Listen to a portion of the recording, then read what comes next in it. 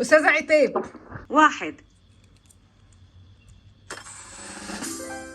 هل الخضروات بتقلل المؤشر السكري؟ غلط، بتقلل مستوى السكر. برافو عليكي، شطوره شطوره، سقفوله سقفوله سقفوله، برافو عليكي، شاطره الحمد لله. شاطره. استاذه امان. 5. لو حصتك من نشويات 4 حصص هيكونوا عباره عن ايه الاربع حصص؟ 6 معالق رز ونص رغيف، صح ولا غلط؟ ال6 هيبقوا مرتين، يبقى حصتين، والنص رغيف حصتين، يبقى 4 كده مظبوط. يا واد يا جامد انت، سقفوله يا جدعان، سقفوله يا جدعان، انتوا هتبقوا خزيتوا الو، مش سامعه يا دكتور. برافو عليكي برافو عليكي برافو عليكي، ايه الجمال والحلاوه دي. شكرا حبيبتي. استاذه فاطمه. 5 يا دكتور. سوري، ازيك يا دكتور؟ 7 يا دكتور.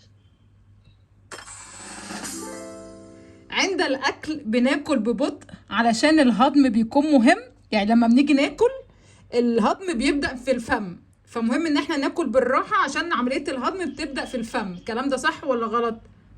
صح. يا واد يا جامد، برافو يا فطومة، شطورة شطورة. ميرسي. ميرسي يا دكتور، ميرسي.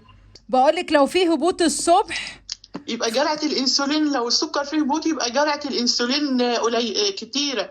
ايوه لو كتيرة عن الاكل اللي انا اكلته. يعني كتيرة.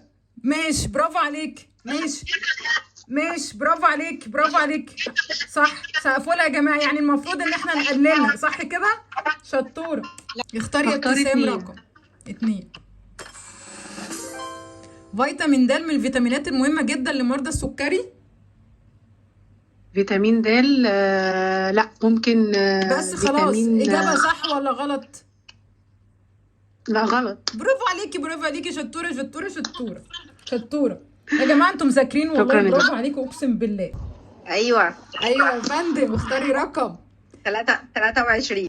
بسم الله. المفروض ناكل من 3 ل 4 ساعات بحد اقصى ما بين كل وجبه والتانيه. الا لو كان يعني إجابة صح ولا غلط؟ مظبوط. اجابه صح ولا غلط؟ بقولك المفروض ناكل من 3 ل 4 ساعات بحد كده اقصى. صح. صح. اه. اجابه خاطئه.